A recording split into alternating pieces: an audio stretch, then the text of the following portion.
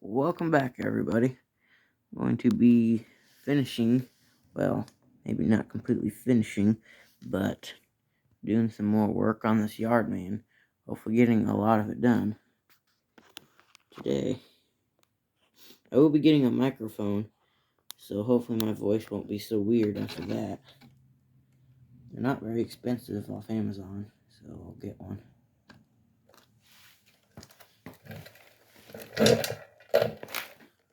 I found that a brass brush on a drill works the best for cleaning this carbon and gasket off of these cylinder heads and blocks. Just, I'm going to tilt the camera up just a hair here so you can see it all. Right about there. It's pretty good.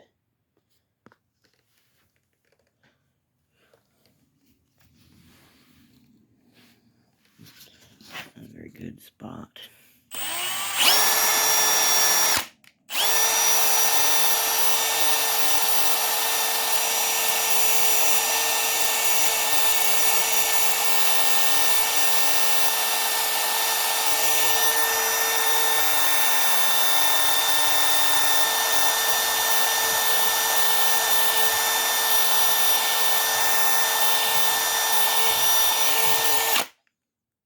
I'm going to try that the other way and see what I get.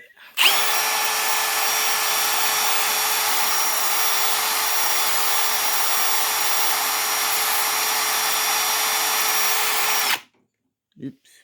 I put paper towels in the push rod galleys to help keep the dirt at a minimum, and sometimes it get caught up in the wire brush.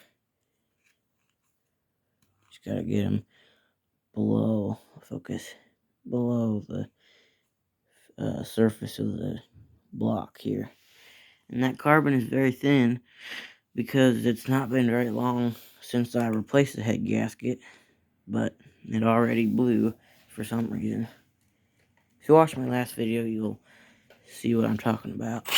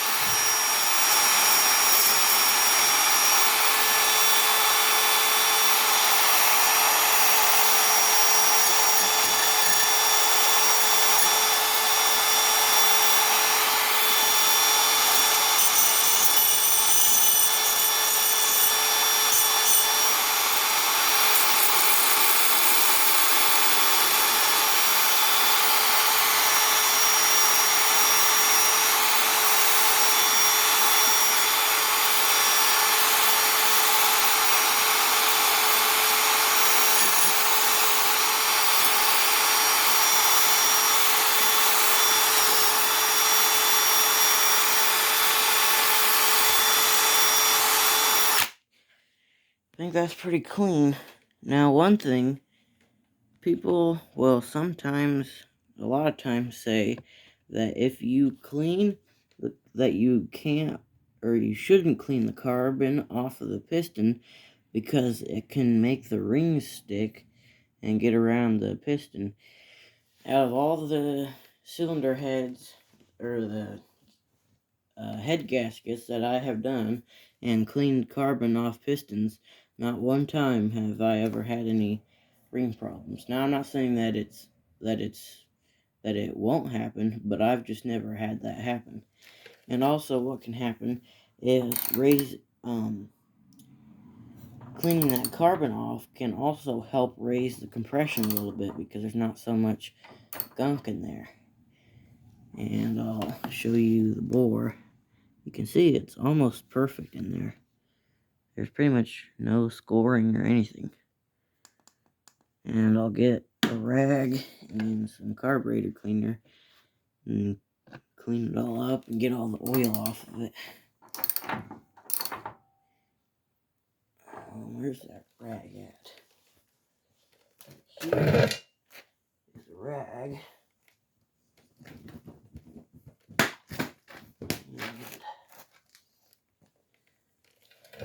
take out these here.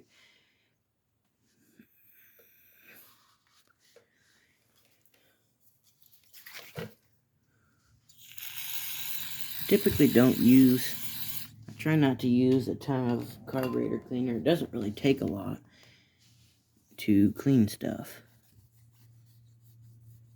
especially because it's so expensive.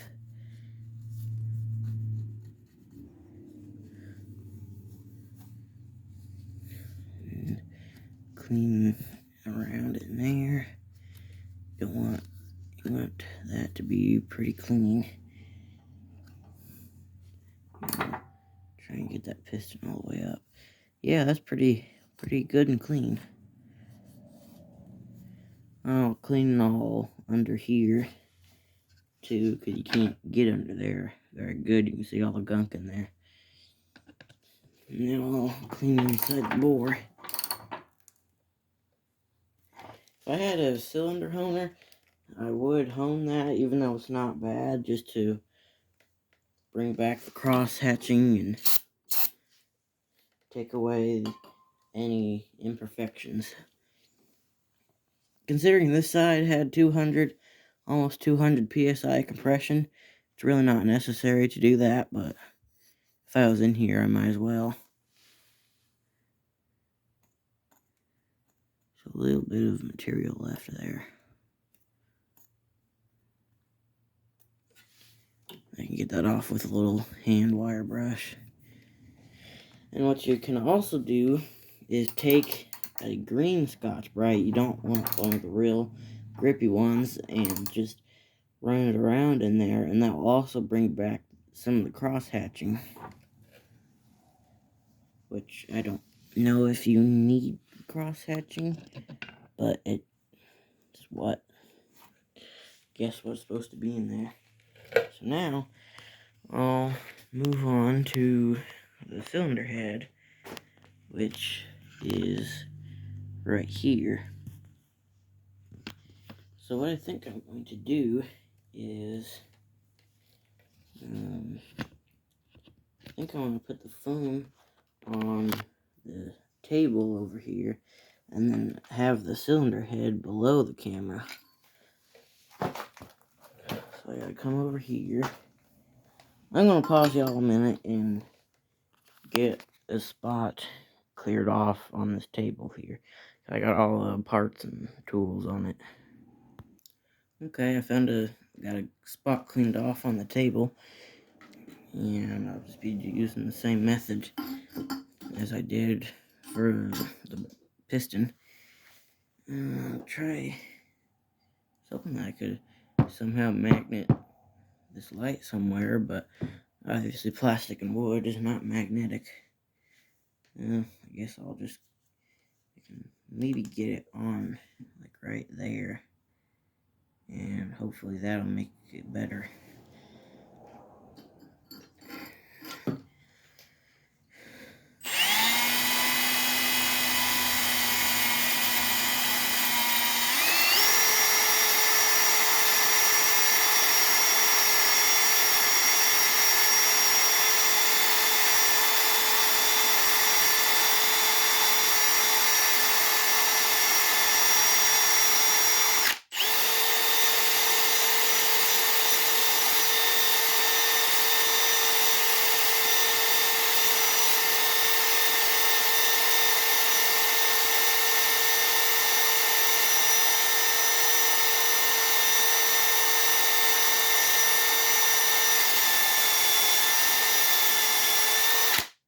I think I'm going to pause the camera and finish that, because I don't want to bore y'all with just a little bit of drill noise and can't really see it. It's hard enough for me to see. I'll be back in just a minute. Okay, so I got all the carbon, or almost all of it, cleaned out of the cylinder head. Now, you don't have to get the carbon so much perfectly clean, but what you do need to get perfectly clean is this gasket surface. You don't want any oil or any gasket left on there, otherwise it will create a thick spot and will create a leak. And then you'll have to come in here and do this all again. And I don't want to do it a third time if I don't have to. At least not for a long time. So get you back into the stand. You can take out those little locating pins. There's 2 pins. One goes right here, and then the other one goes right there in those 2 smaller holes. I'll get the light over pointing at the area. And one has a bunch of dirt and rust and gunk on it. You can see, I don't know if you can make that out, but I'm going to clean that off real quick, pause the camera, and be right back. Hang on, I can't reach the button. Got both those little locating pins cleaned off and back in the holes. I'll get the head here. Gotta just real quick make sure everything's clean enough to go in. Yeah. And here's the new head gasket. You for sure have to get this in there lined up correctly. I don't know the torque specs on all the bolts. I typically don't torque bolts. Usually I never mess with that. Never really had too much of a problem. And I think I'm going to back the camera up and get it at a better angle. Just need to, for sure, have to get it fully lined up before you get any bolts installed, which is kind of hard to do.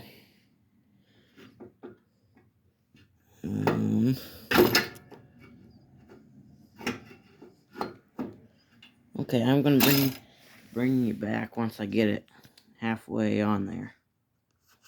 So I got all the bolts run down, but not tight. And what you want to do is you want to tighten them down in increments and evenly. If you don't tighten them evenly, it can warp the cylinder head and the block. And it also won't put even pressure on the gasket, which will lead to leaking. So I'm going to start with this top one.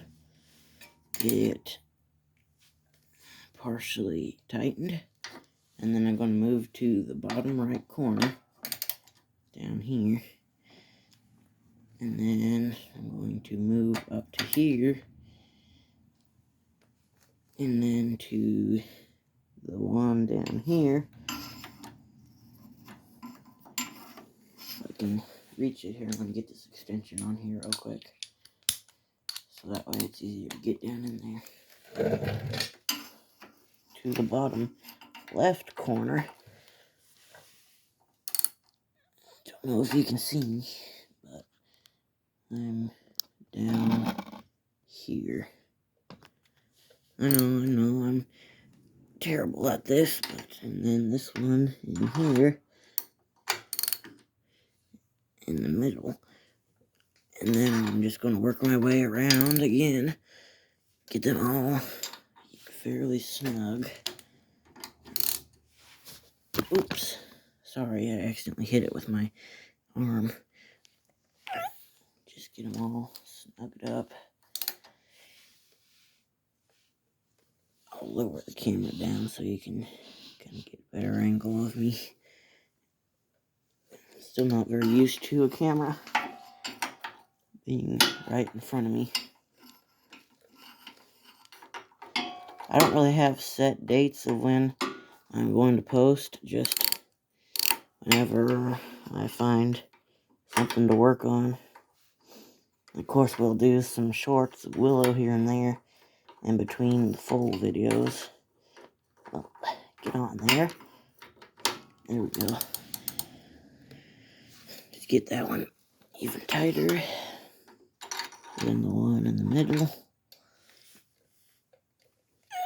Okay, got the head tightened down. Now, I did end up loosening that side of the intake, or the carburetor. I didn't take the bolts clear out just to give me some wiggle room to get the head on. So we'll get those bolts tightened up real quick. It's 3/8 again. Point it over on that side, focus. Like that. Now I gotta find the ratchet, which I don't know where it went. Well, I'm always losing everything. Where in the world did that go? Right here. I'm going to get the other side started first.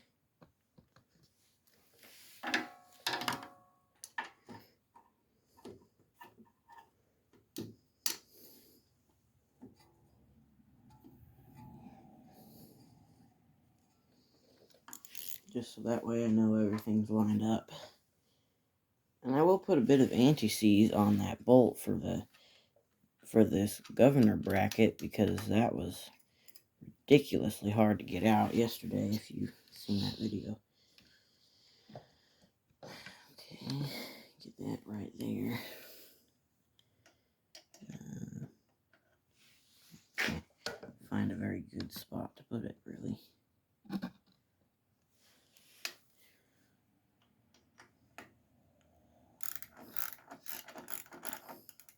If you want to use a T25 bit or a screwdriver, you can. Pretty sure that's what size that is. I've only used a 3/8, but that's what it looks like to me. And then I'll get the flywheel on. I got the magnets glued back together last night and let it dry overnight, so they should be plenty strong enough to hold it until it will probably take several days to fully cure, but it'll be plenty dry enough to test run it. Now I'm doing the one on the bottom. I don't know if you can see. I'm not looking in the camera right now. You can kind of see. I'm going to get the drill on that one, because I'll just pause the camera. You know what I'm doing, just tightening some bolts. Hang on here. Got all the intake bolts tightened down. Now real quick, I'm just going to wipe off one push rod here. Get all the gunk and dust off of it. And I'm going to, here's how I usually do it. I'm going to put this rag under here, because I'm going to spray this all out with carburetor cleaner just to make sure it's clean. Because you want to keep the dirt at a minimum. Just give it all a quick rinse like that. You don't need a lot, but just enough to get it clean. Now this valve here is the intake. I'll point the camera at the top. If you look, you can see that the intake goes here and then goes right to this valve. And that's the valve that gave me trouble before with the seal. I'm just going to wipe it out just to be sure I got that dirt out of there. A couple little specks won't hurt anything, but I just try to get it clean. Now you do have to get the push rods on the tappets down in there. And I see a bunch of dirt, so I'm going to wipe that out and then get the push rods in there on the tappets and then show you how I do it from there. Hang on, I gotta pause it. Okay, so I got both the push rods on the tappets. I really can't get the camera in there. And what I do to make this easier is, since you can't get the push rods on like that, I push on the valve, and then you don't have to take the valves off and adjust them, and it will save time. And I just want to spin the engine over if I can find the socket to make sure that I do have everything in there correctly. Both of the valves should move up and down.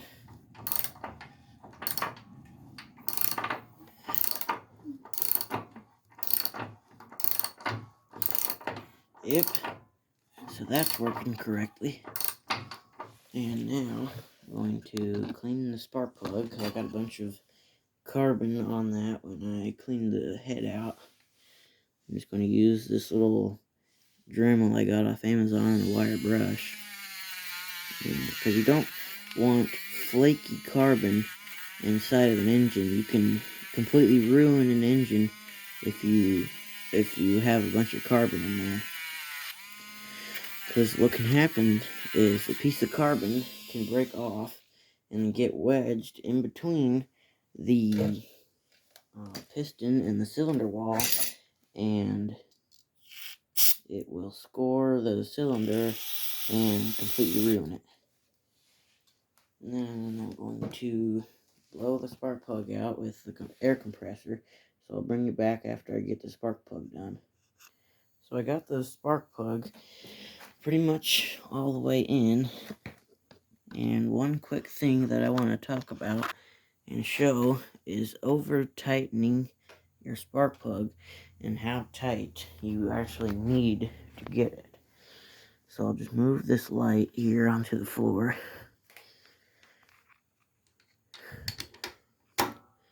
So right now it's completely seated against the cylinder head, and then you just want to get it snug. I see lots of people using an impact to put in a spark plug, and you never ever use any power tool for a spark plug. I don't care how long it takes, unless you want to most likely damage your engine or completely ruin the cylinder head, and then you're out $200 or $300 and a bunch of work.